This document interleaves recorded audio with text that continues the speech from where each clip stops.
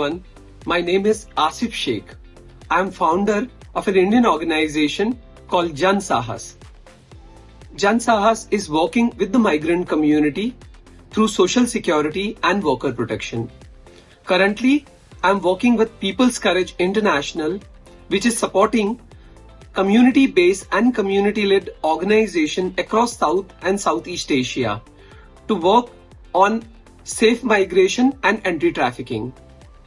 In today's session, we will discuss about the role of funders to support anti-trafficking organizations in Asia. Hi everyone, my name is Sophia Tiende and I identify as a feminist, a teacher and survivor advocate for survivors of trafficking. I'm the founder of Azadi, which is a value-based survivor collective that is based in Nairobi. We focus on long-term reintegration of survivors into community. I'm passionate about movement leadership, passionate about how resources get to movements, and that's why I'm excited in participating in this panel to discuss how we can get resources to grassroots organizations.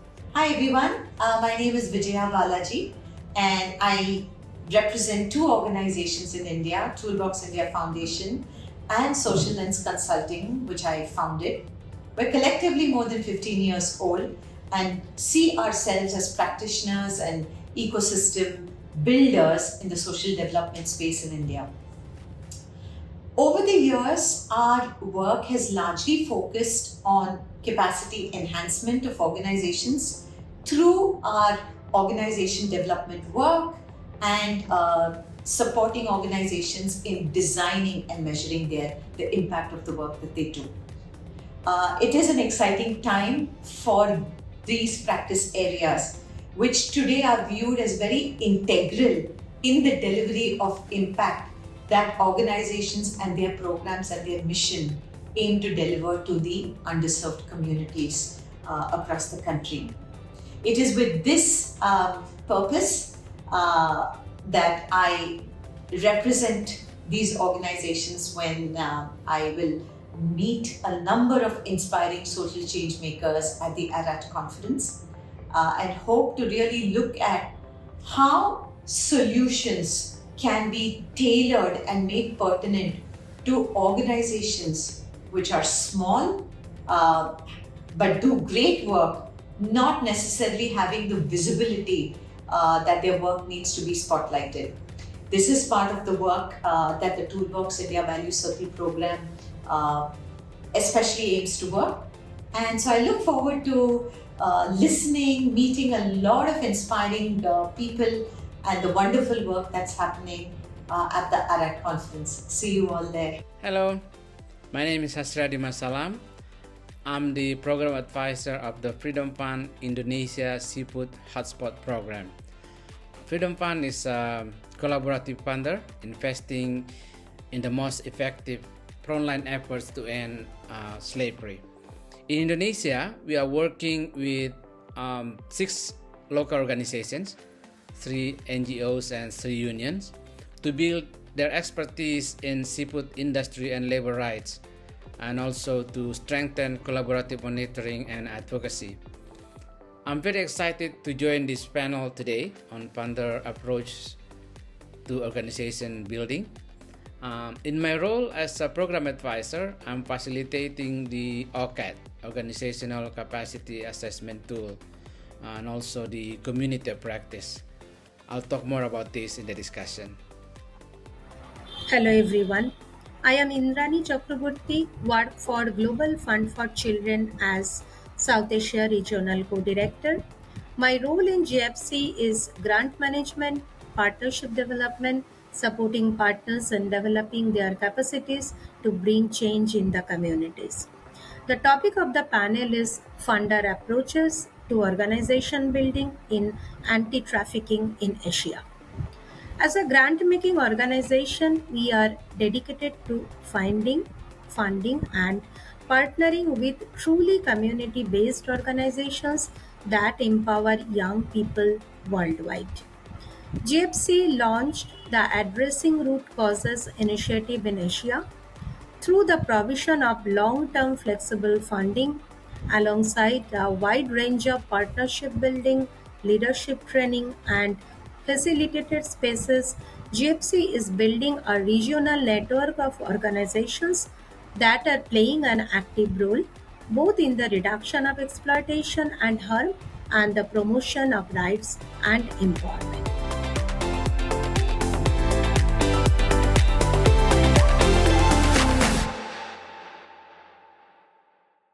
So, welcome to all of you in this afternoon session. And as you, my panelists share about like their organization and their work. So, we have Sophie, Vijaya, Indrani, and Ari. And these four panelists will share about their experience to work in the anti-trafficking space, and they will also share like the different aspects related to the fundraising and how the funders can help for building the very powerful organizations to address anti-trafficking activities. Before the panelists, I will share some of my work and my ideas. So as you know, my name is Asif Sheikh. I am founder of one India-based organization called Jan Sahas. And when I was 17, I started this organization and to address the issue related to the child bonded labor in the central part of India. And basically, from the age of 17 to till like when I was like about 41 or 42, basically in the last like 24, 25 year, during this journey, I faced lots of challenges to build a one of very big Indian organization. So currently in Jansahas, about 2,000 people are working, and we have like about 140 offices across India. And basically, most of the time, the organization faced lots of challenges in terms of like organization development support and collaboration with the other organization, trust from the funder community. So these are the basic challenges that most of the organizations are facing, and I also personally face these challenges. But I think we discover or we learn various kind of like the things during this journey. So I can share some of the bullet points. So the one thing is, most of the time, and these are the jargon basically most of the time, like in the funder community, these jargons are very popular, and sometimes these are the assumptions and very important assumptions, but sometimes like the community-based organization or grassroots level organization are not very comfortable. So the one thing is about like scale versus soul. So most of the grassroots level organizations are very much focused about the deeper work, and about they are focusing more on soul as comparative scale. But in the philanthropic community, and particularly like the large scale donors and the big donors, they wanted a big solution or big ideas, and their money is also very big. But the small organizations are not able to get that kind of like the funding. The second thing about the collaboration. So as I shared, in my organization in India, we try to collaborate with the other organizations also. And sometimes the collaboration is also very difficult because each and every organization come up with their own ideas. And we also try to develop a collaborative of funders, because most of the time if you are getting funding from 8 to 10 different donors, 8 to 10 donors asking for the different reports. And that's also not a very good idea to sustain the organization. So in India, what we try, and particularly in the migration space, we created a collaborative called Migrant Resilience Collaborative. About 35 NGOs are part of that collaborative, about 25 industry and investors, and about 13 donors are also part of the collaborative. So the collaborative is preparing one report and sharing with all the 25 industry partners and 13 like the philanthropic partners. So these kind of like the idea we try and test, and we realize if we wanted to scale with soul, so I think the collaborative is a very powerful solution or very powerful idea.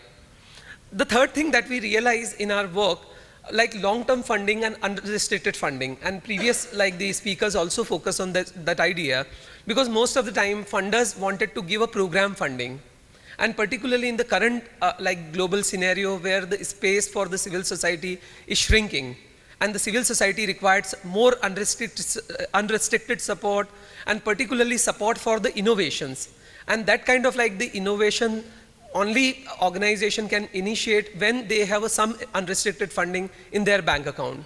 And I think that's a very, very difficult and challenging thing. So I think we need to focus on that also today.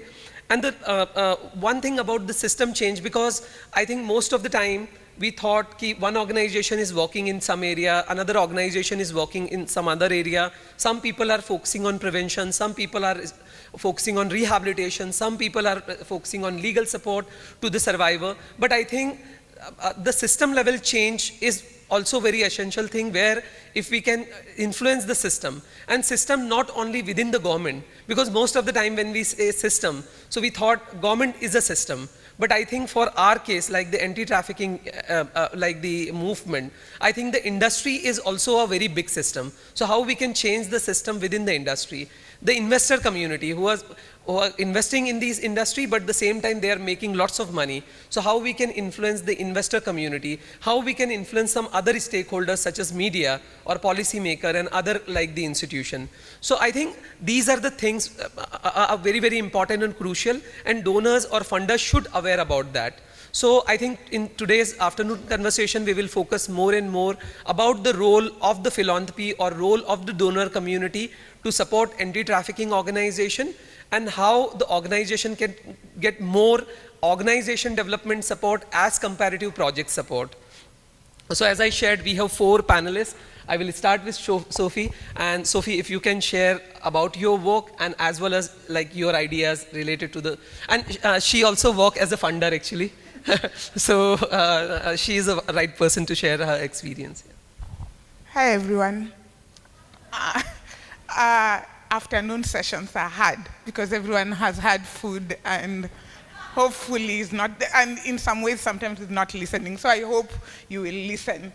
I think for me, one of the things with having been a funder and having been someone who also is receiving funding, I think the first thing is I feel like most of the time we're speaking 2 different languages, as you've said, scale versus heart. But programs are designed according to what funders want. I think if people are honest, which is something that I've asked many organizations when I do organizational capacity building, is that what of the projects you are doing currently right now would you be doing if you had no money? Or if a donor wasn't influencing you?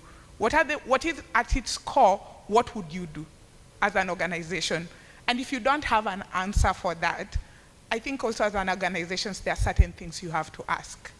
What are some of the programs? Again, my experience is as a community organizer and as a movement builder. So the way I think can sometimes be a bit on the other side.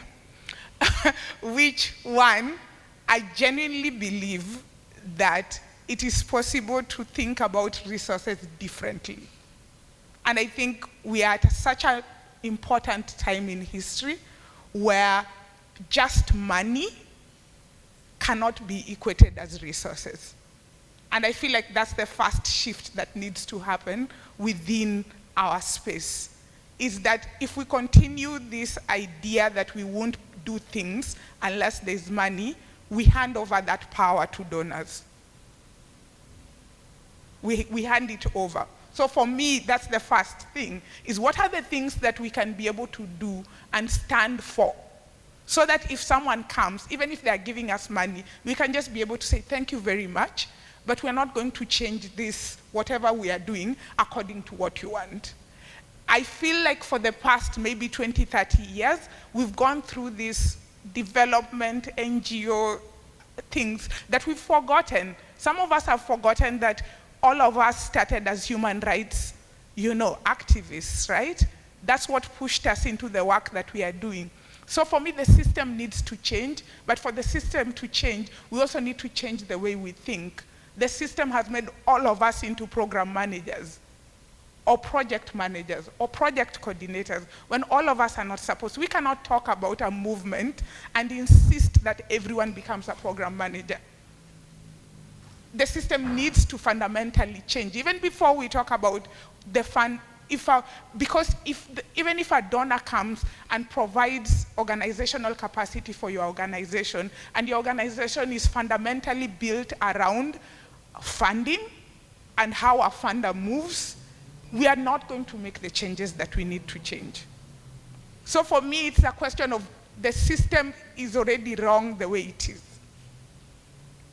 the way we are thinking, the way we are thinking about resources, the way we are thinking about who has power, and the way we are thinking about how money should flow, right? Or how resources should flow. So that's one. Again, I might be rambling.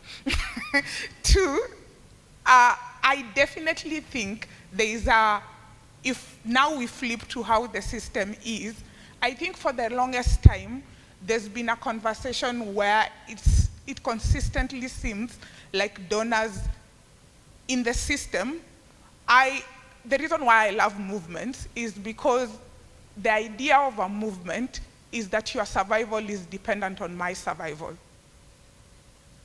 Your survival is dependent on my survival. My problem with how whatever we have right now is that it's almost as if the funder's survival is not dependent on our survival.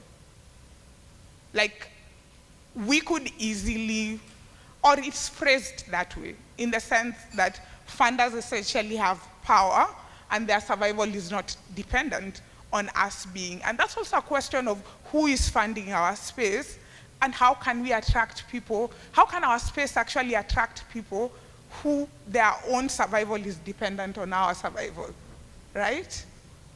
People who want to put, things on the line so that they can take a stand. Because I personally feel like funding should be a stand. If you are a funder, you should be making a stand. We had a panel a while back, and the biggest thing that most of the grassroots organizations said is that they did not understand how most funders operate in the space. There was no transparency. There was no transparency on why Azadi got funding and maybe Chabdai did not get funding, right?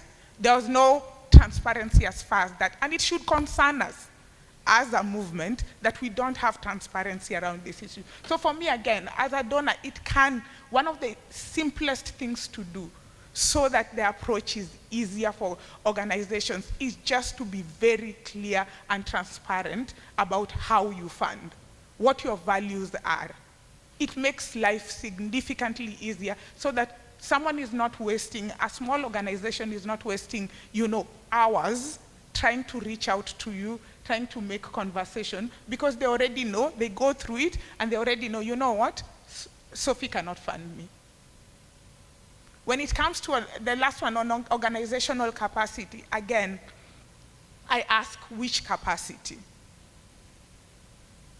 Because I feel, again, and I know that it was said here, for the longest time, we've really used this colonial frame where organizational capacity is because we cannot understand what grassroots organizations are doing, and we are building capacity so that they can understand us. It's not because of the quality of the work. It's because, and I'll say this as someone who comes from the global majority, right? Half the time, when it came to the structures, it had nothing to do with the work. It just had everything to do with funders did not understand. I was spending time writing things for someone to understand what I was doing. It's not that what I was doing wasn't impactful, right? I'm spending time teaching the funder about myself. And I think that's the question that we need to really reflect. How much time are grassroots organizations, that's why representation of people with lived experience and people from in donor organizations is extremely important. And I'll give you an example. A simple thing is, in Kenya, we use mobile money for payments everywhere, absolutely everywhere. When I went to GFEMS, the financial system had not gotten to a point where they could take receipts from mobile payments as a valid receipt. So essentially, they did not accept that as a form of payment. And that meant that so many organizations that were distributing money to beneficiaries on the ground could not be able to get it, right? Because this particular donor does not, just a simple financial system basically blocks several people. So the reason why we ask for things like inclusion at all levels, it's not because it's nice, it's a nice thing to do, is that the amount of time you spend in translation, a colleague of yours can explain it to you, so that by the time you meet your grantee, you're not demanding for more than is required. Thank you.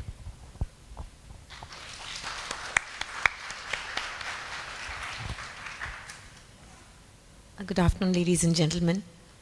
I think the perspective and lens which I sort of wear here is a very deep practitioner's lens. 14 years ago, when I set up the operations of an organization called Toolbox India, we embarked with this mission to see how we could support organizations who were doing really great work but didn't have great stories to tell. And if you didn't have a great story to tell, it made the visibility of your work and therefore access to capital, philanthropic capital, that much more tougher. For those of you who are fairly familiar, or if you're not, India has more than 3.3 million registered non-profit organizations in the country, making it for a very crowded space. I think in the last 15 years of the collective work with Social Lens and Toolbox, I think what we've really tried to look at is how could we support organizations who are doing excellent, impactful work. Now, as Sophie rightly pointed out, that impact on the ground is not often understood by the capital providers. And I don't think this conversation or our work was about donors versus organizations. I think our philosophy was, what can we do to enable organizations or support organizations in a way that was pertinent for them. So I still recall how through the years, the initial work would really start, not just by us, but many, many practitioners actually telling organizations, we think you need this, or we think you need this. Be it a portfolio manager sitting in a funder's office, consultants, intermediary organizations like ourselves, saying that here's what we've understood about your organization, and this is what we think that you need help or support with. I'd like to believe that over the years that paradigm has changed. Firstly, I think I've been very privileged and grateful to more than 650 plus organizations in India who have allowed us into their offices and to work with us. I think asking in any organization, tell us what we can do to support you, is really hard, because you're asking them to be vulnerable and open themselves up to scrutiny by somebody else. What really makes somebody else the expert here? There are no experts. I think everything that we are today is only coming because of the learning that we've sort of had the privilege when we worked along our non-profit partners.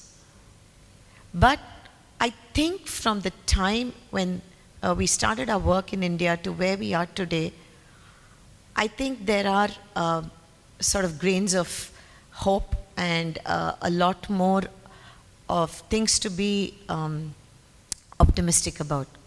3 years ago, I had the unique privilege to be part of designing and executing a program which supported 100 non-profit organizations in India, where it was what was called unrestricted or non-prescribed funding. In the aftermath of what happened with COVID, nearly 27 global and national donors got together to see how they could support organizations just to continue with the work that they were doing. Part of that work had been interrupted because COVID did lead to not just diversion of capital, but it also placed organizations under stress, whether it was managing salaries, whether it was running their offices. And in the process, the entire approach to recognizing the need that an organization wants to sort of strengthen a particular area. So for the first time, we came up with a assessment. You spoke about OCAT, Hari.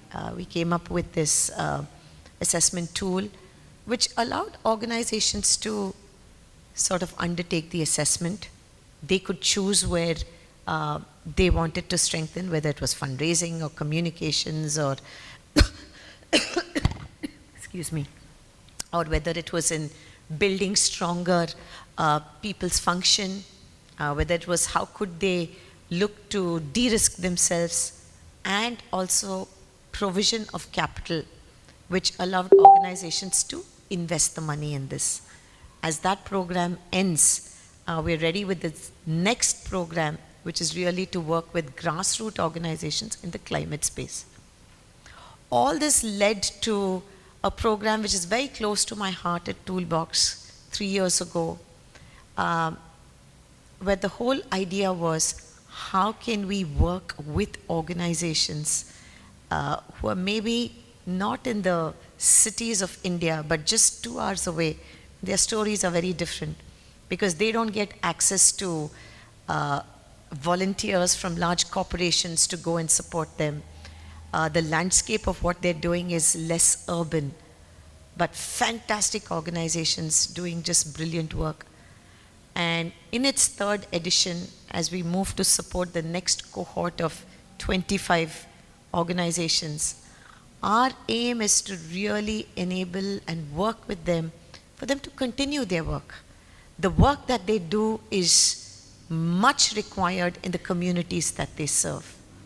But what is it that we can do to support them to continue that work? As Ashif rightly mentioned, I think scale and growth mean very different things. For us, growth is the growth in the impact that you're able to make with that community. And so most of the organizations we work with, it has never been the story of scale, but what can it mean for your organization to really continue to do the good work and maybe in the process empower those communities so that you won't be required one day. That really has been the story of Toolbox and Social Lens. Thank you.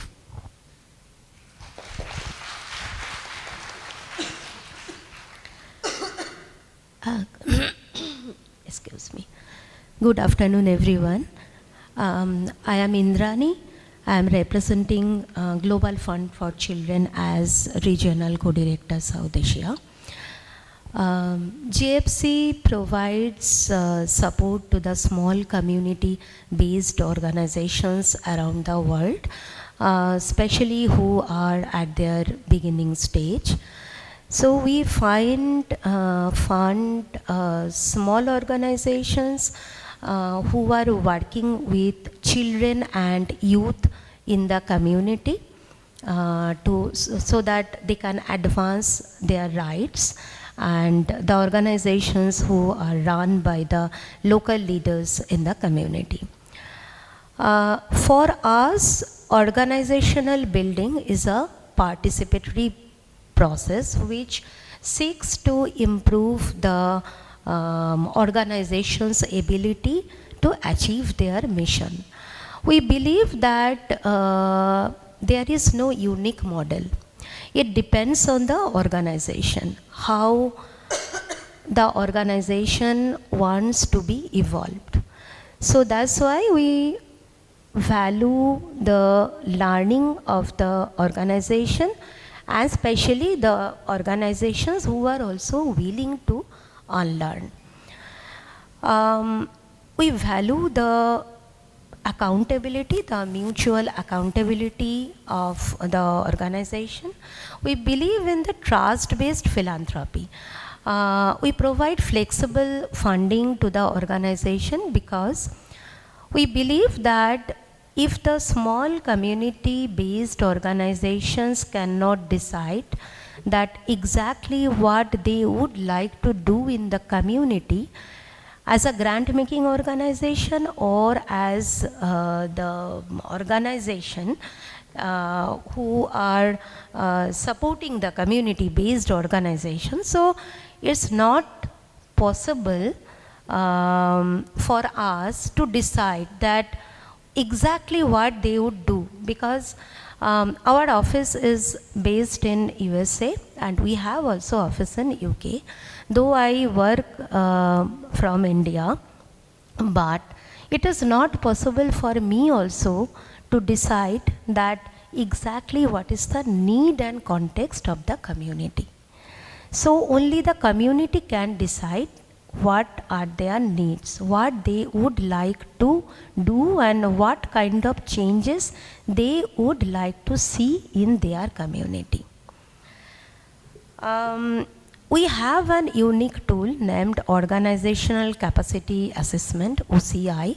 This is a self-assessment tool. There are 6 capacity areas.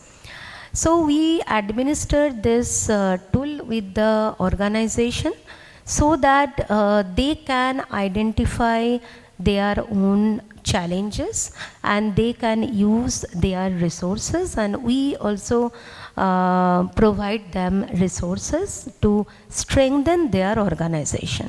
Through flexible funding, we not only give them the primary grant, but also we support them through the organizational development grant, because we know for small organizations sometimes they need to frame their policies, maybe the safeguarding policy, maybe the other policies, or they need to structure their theory of change, or maybe they need to do the strategy planning exercise.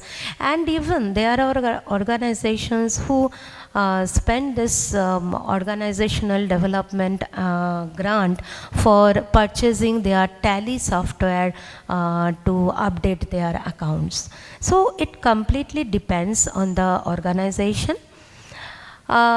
Safeguarding in JFC is highly prioritized. We want to build the culture of safeguarding in an organization, not as a compliance document, but we want to build the safeguarding culture within the organization and in the next level also in the community. So when the organization is going to the community to work with children and youth, the safeguarding shouldn't be compromised.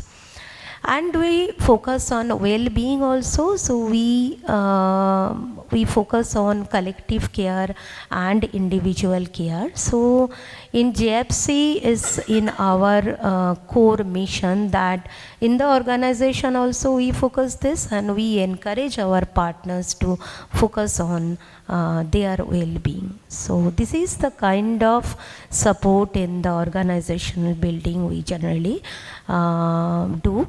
I think in the next discussion also we will explain a bit. Thank you.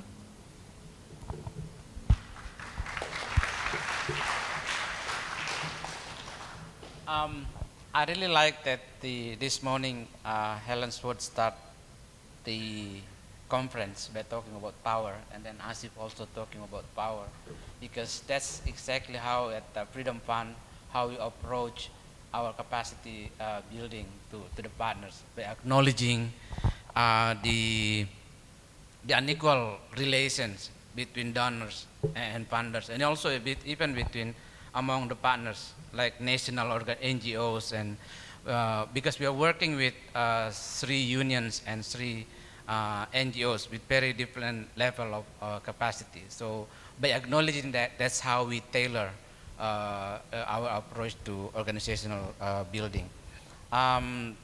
we have two types of partnership. The first one is called Elevate Partners. These are mostly unions that are low capacity. They often they don't have a good financial accountability in place, or even the governance system in the organization is very unclear. So that's the two areas that we focus on in helping them to build on the organizational capacity in building their financial accountability, and also the governance of the unions. Because often, although they are unions, but their accountability often not to the members. So that's the challenge sometimes.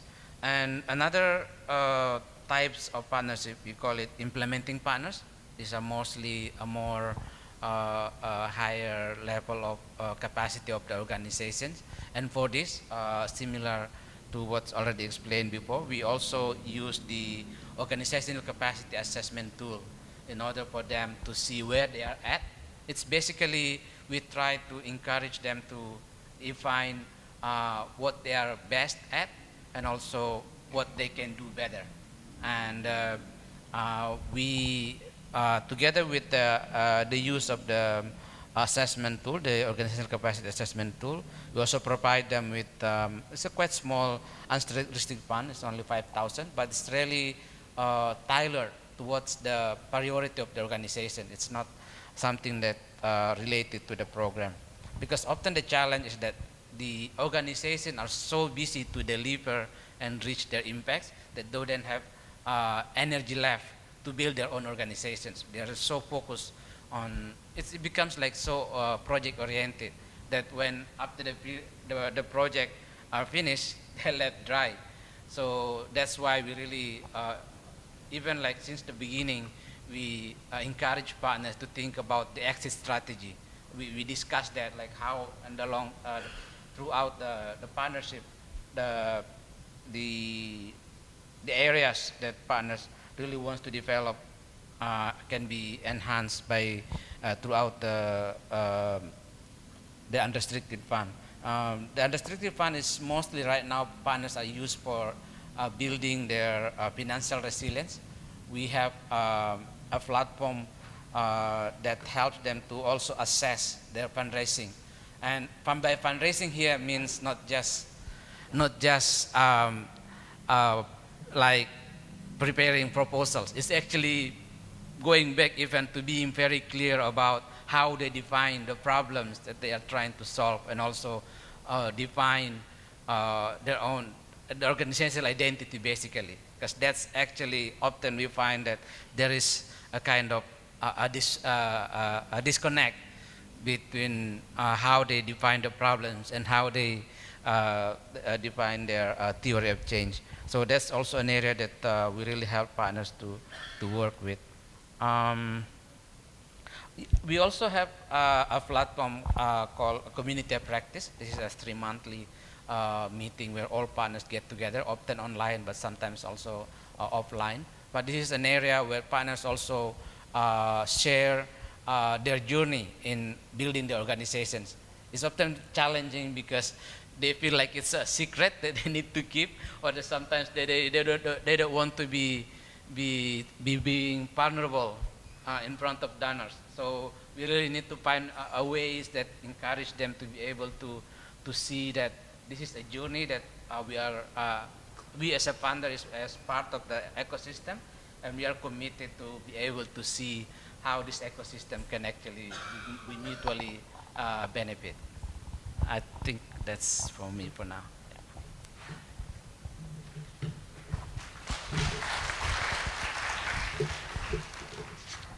Thank you, Sophie, Ari, Indrani, and Vijaya for your opening remarks.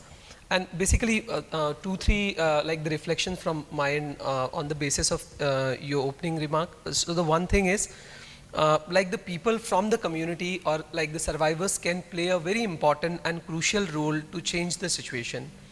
And not only in the not-for-profit, but I think in intermediaries or even in the funder community or the philanthropy, if the survivor can get the access of these institutions, and if they can play a leadership role in these institutions, so the whole like the discourse will change. That's one of my understanding on the basis of Sophie, the point that you shared. The second thing, money is not always the solution. So the donors definitely, like the money is very crucial to build a movement, but at the same time donor can provide different kind of support. And as in your case, like the toolbox case, I think how the NGOs can access different kind of like the support. And as Indrani, you mentioned, like you are not only providing funding support, but you are also providing organization development support. And sometimes that support is not very big, like the small support, but that support basically play a very, very like crucial role to for the growth of the organization. And basically in most of the countries, as like globally currently we are facing the biggest problem in the civil society, and that's a shrinking space for the civil society organization in many countries actually, in South Asia or Southeast Asia or Africa or many other places. And I think in that situation, the donors' priority is also changing. And basically, if the organization working with a high risk issues such as like trafficking, slavery, modern day slavery, bonded labor, forced labor related issues, access the funding is very, very difficult for that kind of like the organization. But if the organizations are doing hardcore like developmental activities, that activity required more funding support from the philanthropy. These organizations are accessing the funding because as per my understanding, if your work is high risk, you will get low investment.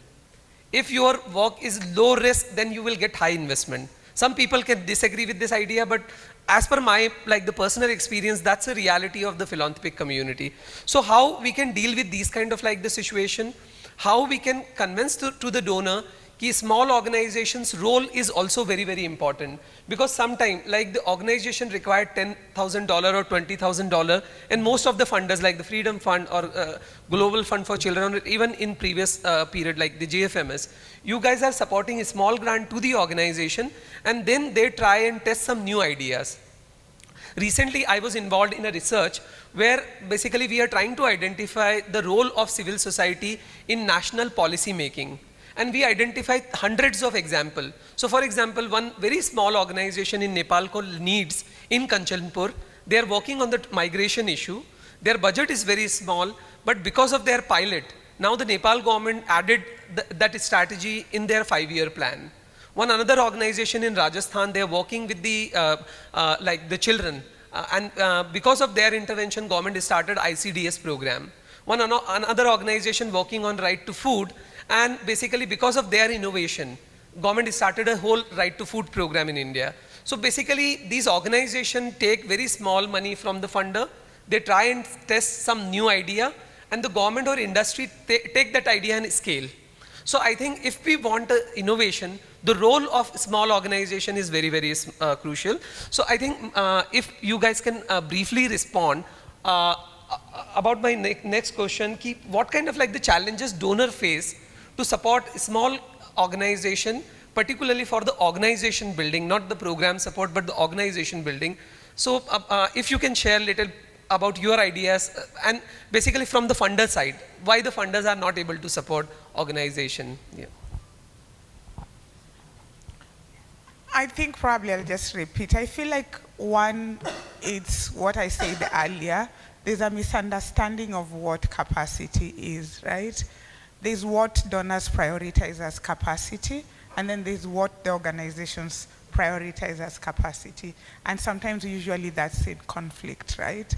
Donors will talk about, you know, the financial system, communication, all these different things that are important for accountability, which according to me, in general, is just, if we are being honest, what donors are trying to surface is accountability, right? So that the organization is strengthened. But then for most organizations, that's not the priority. They just want to reach their communities, right? They want to reach their communities. And sometimes the other thing that I've seen is that because organizations work in community and they work in very flexible ways with communities, they don't want to build a really firm structure that's not inflexible. not everybody wants to run an organization. And I feel like the problem, even with just talking about organizational capacity, is the assumption that all grassroots organizations want, like all people who operate in the grassroots want to run an organization. And I feel like there's a conversation that needs to happen there. Again, I say, in the past 20 or 30 years, we've not been able to imagine movements without organizations. That means that we've even locked out activists. We've locked out all these different people who'd be able to participate in the space and build momentum for our issue, because for you to participate, you have to be part of an organization. So for me, fundamentally, even talking about like organizational capacity, again, there's that the priorities are skewed, the approach is skewed. So we need to have a conversation about what that looks like, because also that we know, those of us who work in the communities that we work, we know that movements are they're very flexible. They don't need those firm things. So for me, I think it's that difference in priority has been a huge thing. Difference in language has been a huge thing. And the last thing is, again, what has been consistently mentioned, is that if you come with a colonial attitude, where the assumption is that I'm coming to give capacity, I think it's really, we're already starting at a we're already starting with a colonial frame. I find that anytime we talk about organizational capacity, it's always with a colonial frame. Like, you come and you find an organization has been working for more than 10 years. You are coming there and the first assumption is that, that organization doesn't have capacity. Really? So we also have to question, for me, we have to question that, but definitely it's the different priorities. So I think a couple of things here. One is,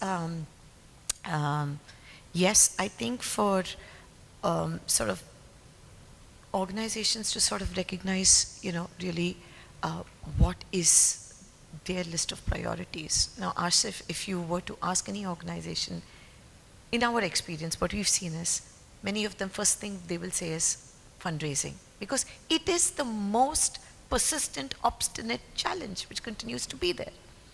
However, I think now funders also do recognize that. What I always go back to the point about pertinence. Okay, you don't have to just go on teaching organizations that this is the strategy and this is. I think one, it needs to be very, very practical. So one, to come to common understanding of what that support can look like. Two, a lot of organizations, what we've seen is attrition is a problem, right? So they're small teams. You'll find people who can leave easily. How can we, therefore, many times we've heard funders come and say, Vijaya, we spent some time that time, we worked on something, we worked with them, but somebody's just left. Now that, I think, is a problem which is going to be there anywhere. Attrition is a industry agnostic problem. But to find ways in which you can institutionalize some of those, so that smaller organizations don't, while, it's a bit of a sort of counterintuitive here, because on one side, because of small team sizes, you're dependent on all small people. But if there is a way to sort of embed that learning, that practice within the organization, and I'm not talking about very sophisticated, big platforms and so on, but basic, we mentioned the community of practice within small organizations, so that they know what needs to be done. And you will see the needle move. It cannot be said enough about how earnest smaller organizations are, because they are doing good work, and they do recognize the fact that it's difficult to also access any sort of resources which would support them in some of their organizational functions. And finally, the other thing that whether it is at a founder level or even within the teams, right? We need to recognize that there are people and founders in the organizations who do what they do best, which is the work. Then you find people and hire and support the payment of people who can be managers, so that you come to that point of convergence. Yeah, that's it. Thank you. So GFC started supporting the small group of CBOs since 1997. So Maya Ajmira is the founder. In 1997, one day when she was passing through Bhubaneswar is a place in India, in the state of Orissa. She was passing through the platform. She saw that a woman was teaching a group of platform children, just sitting on the platform. There were no books, nothing, no pencil, no copies, nothing.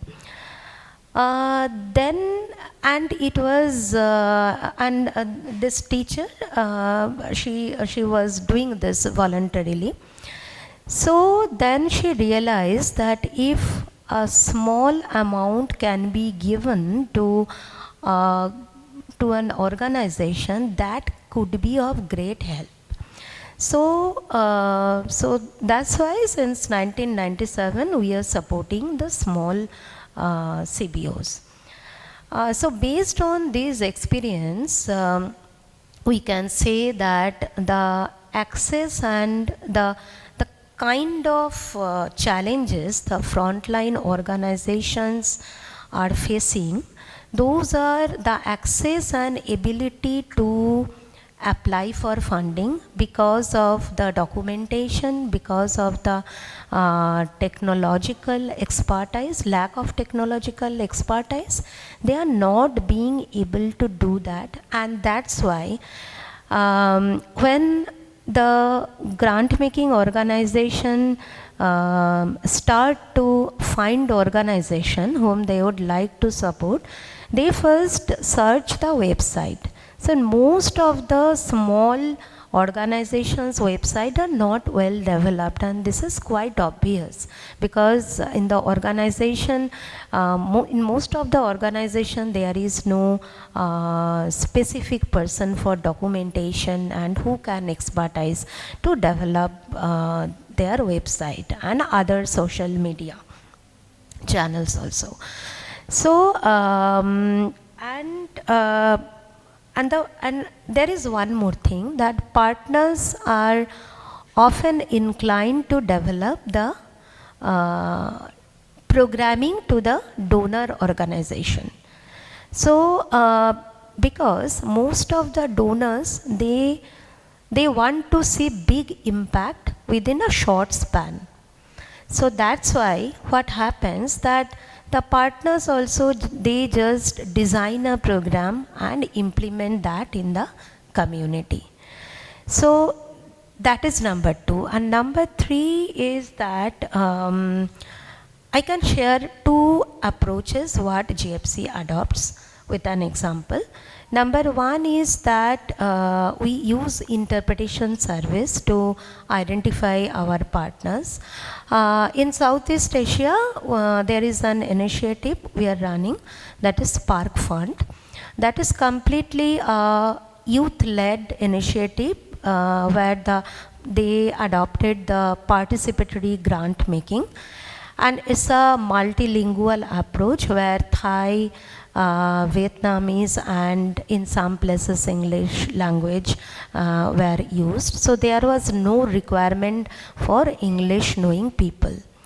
So that's why we could identify very small youth-led organization in some places of Southeast Asia. And the second thing is that we are working on the community-led initiative. We are supporting the partners who are facilitating this process. And in South Asia, now they are adopting the approach, Community Life Competence Approach, CLCP. So through this approach, the community members, they decide that what would be the dream for their community. And down the line, maybe for 5 years, how they would like to see their community. So based on their dream, they decide their course of action and the action plan, that what kind of change they would like to bring, and for that the kind of stakeholders they would need to connect, the kind of stakeholders they need to do the advocacy. So they decide their own course of action. So through this, we are trying to do through this approach, so that the frontline organizations, they can access us, they can reach us without any biasness, without any hesitation. And also during the scouting, we do not want any full-length proposal. We just ask for only the organizational profile. So after a thorough scouting, that's a complete responsibility on our side. So after a thorough scouting, we ask them, if they are selected, then we ask for the budget and the proposal. And as I already said, that we give them flexible funding, so there is a complete flexibility that how they would like to use their funds. Sure. Yeah, I think I'll be very quick, because I think I already mentioned before about the challenge. The main challenge is that the project-oriented, or the short-term perspective, that's often partners become the challenge for them to build their organizations. And that's why at the Freedom Fund, we really try to look at making sure that all the process that we are doing are actually benefiting the partners, not giving more unnecessary burdens to them in terms of like reporting and all that. So we really try to streamline, making sure that all the process that we are doing are actually for the benefit of the partners. Yeah, thank you. So I think all the panelists like cover one point about the diversity. So basically the different kind of like approaches required to support the different kind of organization, like capacity building support, or like the funding support, or like if people are not able to like write proposal in English, but still if they can get the funding, that kind of like the support. So the diversity play a very important role in this whole like the ecosystem. My next question, and it would be really great if you can respond in 30 seconds or a minute, and then we have some time to take some question. So basically, even today morning, I had a conversation with one organization from Indonesia, and they are working on the trafficking issue, but they are also focusing on climate change related issue. Because of the climate change in that area, migration is increasing, and because unsafe migration is increasing, trafficking is also increasing. So sometimes like the intersectionality is very, very important thing, because sometimes if we wanted to address one thing, but the causes are different, and if we continuously work on one subject like the trafficking, but the cause is climate change or unsafe migration, so we can't solve the trafficking problem. So basically, how the donor can support the organization not only on a one issue, but if organization wanted to focus on the trafficking, but also through the climate lens, or through the gender lens, or through the caste lens, or through any kind like the other lens. So how that kind of like the space we can create within the philanthropy or the donor community, so organization can access the like little bit free fund to initiate more innovative projects. So yeah, so if you can respond in 30 seconds or 40 seconds. I think the answer is to focus on people. The people affected by climate change are the same people affected by migration, are the same people affected by trafficking. If donors prioritized people, it would not be hard to do it. So I think a lot of organizations are actually working on multiple fronts without realizing it. And the work that we're just about to start on the Climate Fund is really that. Just enabling organizations, you're already working on livelihoods. Because every program or so-called thematic focus has a social, environmental, financial, and human vulnerabilities. So if you just kind of put the dots together and work with the organizations, you'll be able to address it. Thank you. I will share just one regional approach which JFC has adopted in Asia, that is addressing root causes initiative. So based on our experience of working with the partners, we have identified that the organizations who are directly addressing the trafficking or addressing the other exploitation, they need to work on the root causes of exploitation of children and youth. That's why we are supporting the partners so that they can identify the root causes with the community people, that and within the root causes there might be anything. There might be gender equality, there might be due to the climate change the exploitation is happening. There might be numerous factors, but it's quite open for us, and for this we are getting support from, for a single cause we are getting support from numerous donors, like it's a pooled fund. So this is our approach. Yeah, I think the first things comes to mind when you talk about intersectionality, especially among funders, is actually the institutional ego sometimes. It's very difficult sometimes, especially for big donors, to acknowledge that there is a way to incorporate other players into the play. So, in my experience, it's often that, actually a lot of the homework is actually with the donors in trying to address those barriers. Yeah. No, so powerful, and I think as you rightly raised the point about the people. So I just wanted to share one number. So globally, like 96%, like the climate funding is going for the mitigation, and about 3.5% funding is going for the adaptation, and 0.5 or 0.4% money is allocated for the just transition. And mostly like the just transition is related to the people. So how the big corporation, bilateral organization, multilateral organization, or even the big philanthropies are focusing more and more on infrastructure creation and many other things under the mitigation, but not about the adaptation or just transition. So I think that's a big issue, and I think collectively we need to raise the voice for more allocation for the people. So now we can take a break here from the panelists, and we are open for some questions. So if we have, I think, how much time? We have 10 minutes. So I think if we can take 2 or 3 questions, and the panelists will respond, and then we will close. So if you have any question, feel free to ask. Yeah, there's a few questions on the Hoover app. What are the key actions a newly established foundation should take to attract the attention and support of funders? Which foundation? What are the key actions a newly established foundation should take to attract the attention and support of funders?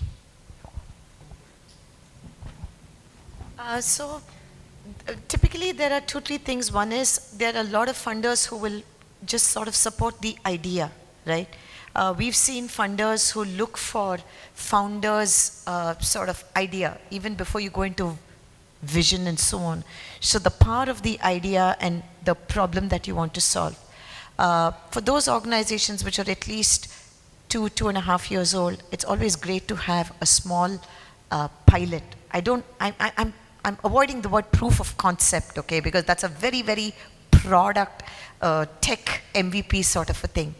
In programs which involve working with underserved communities, doing a small pilot where you've looked at 1 or 2 things, because I wear the impact lens here. You're not looking to create impact. Impact it's intergenerational. But if you are able to find 1 or 2 things that you believe your work is first of all resonating with that community and is addressing the problem that you set out to work with, I think for me that's where the starting point is. Can I just chime in on that one? I think as a space or in general, we've become very donor-centric, and that needs to shift. I get, and I'm saying this as speaking to myself too, and this past week, again, I think Faith mentioned it, whatever is happening in Kenya has really opened my mind, completely opened my mind of how much we limit ourselves when we actually insist that donors have to validate our work for our work to be valid. I think that the biggest supporters of your work are going to be your community. Your community should be able to validate that work first before a donor validates it. I think one of the things for me when I founded, I think who Helen has known me for years, I did not want to start an organization, never, because I believe there are enough foundations, enough organizations, that's my theory, enough organizations to last us forever. I wanted to support other organizations. But when I founded Azadi, the first thing was that the support, that community has the ability to support itself without a donor. And my personal activism is how can we actually decenter donors and become a movement? How can we do that? Because, again, seeing what Kenyan young people have been able to do with no money, from no donor. You are a graphic designer, bring your graphic designs. You are a photographer, do photography. You are a theorist, come and do theory. We've truly, truly forgotten how movements operate by really being donor-centric. Any other question? Funders are often focused and interested in programs and projects which usually have a certain time frame, but those who run rehabilitation programs and provide day-to-day support to survivors, like running shelter homes, they need operational cost. So how should we approach funders for things like operational cost? Do you want to answer?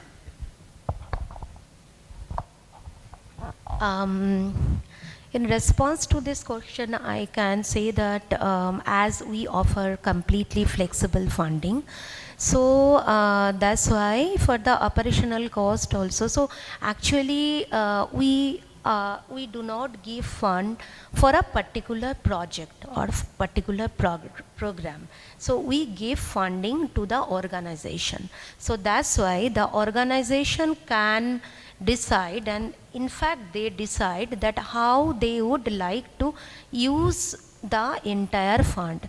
So sometimes, in most of the times, it happens that they use the fund into the overhead and operational cost, and also maybe sometimes 40-50% in programming and 50% in the rest of the things.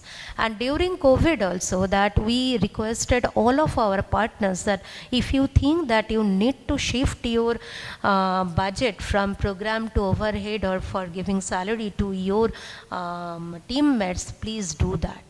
So for us it's completely flexible, and we never instruct our partners to frame their budget. So they are completely independent to do so.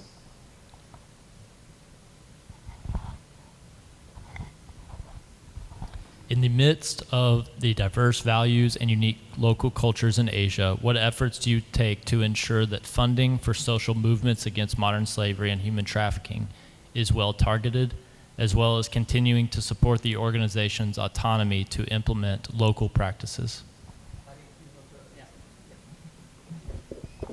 Yeah, I think this is definitely something because since the beginning, we really tried to build the message that we are not just running project, we are building a movement. So since the beginning, the idea that we are not just funding organizations, we are actually trying to create the ecosystem that can make the sector thrive.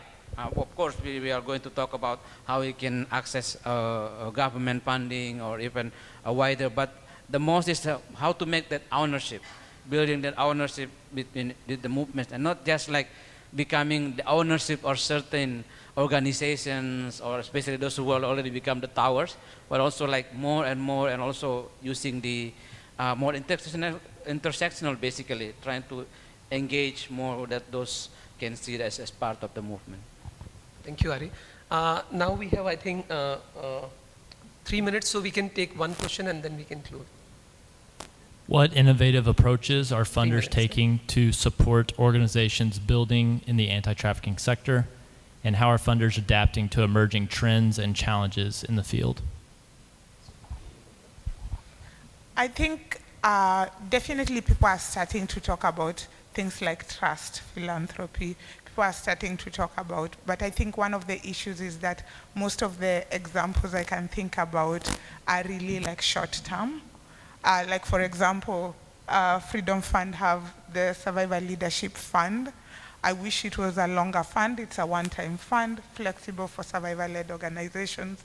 So that's good. I'm hoping that more organizations can do. There are other donors who actually take time to develop relationships and then give organizational funding. I've seen most of the people in the philanthropy space are changing their language to discuss lived experience, and I hope that conversation can lead to an approach so that we have more a participatory process in developing programs so that people can be able to get the funds that they need for what they actually want to do. So for me, if we can just get that participatory process right, I think it's possible for things to become easier. Yeah, thank you, Sophie, thank you, Indrani, thank you, Vijaya and Ari. I think now we can close this session, and I just wanted to add 3 main points that I learned from this whole conversation. So the one thing is about like the co-creation and the co-creation and the collaboration, not only within the not-for-profit sector or survival-led organization, but between the whole ecosystem, where NGOs, survival-led organization, intermediaries, philanthropy, all these organizations working differently in different capacity, but when they implement the program, if they can collaborate and co-create the initiative. The second thing, as you rightly mentioned, Sophie, about the people-centric or survivor-centric approaches donor or philanthropy should adopt. And not only like the organization, but also the idea should come from the community, should come from the survivor. The initiatives also come from the community. And the third thing is for us, with us. So I think these are the 3 things that I learned from this session. And thank you so much for all the panelists. And we close this session. Thank you.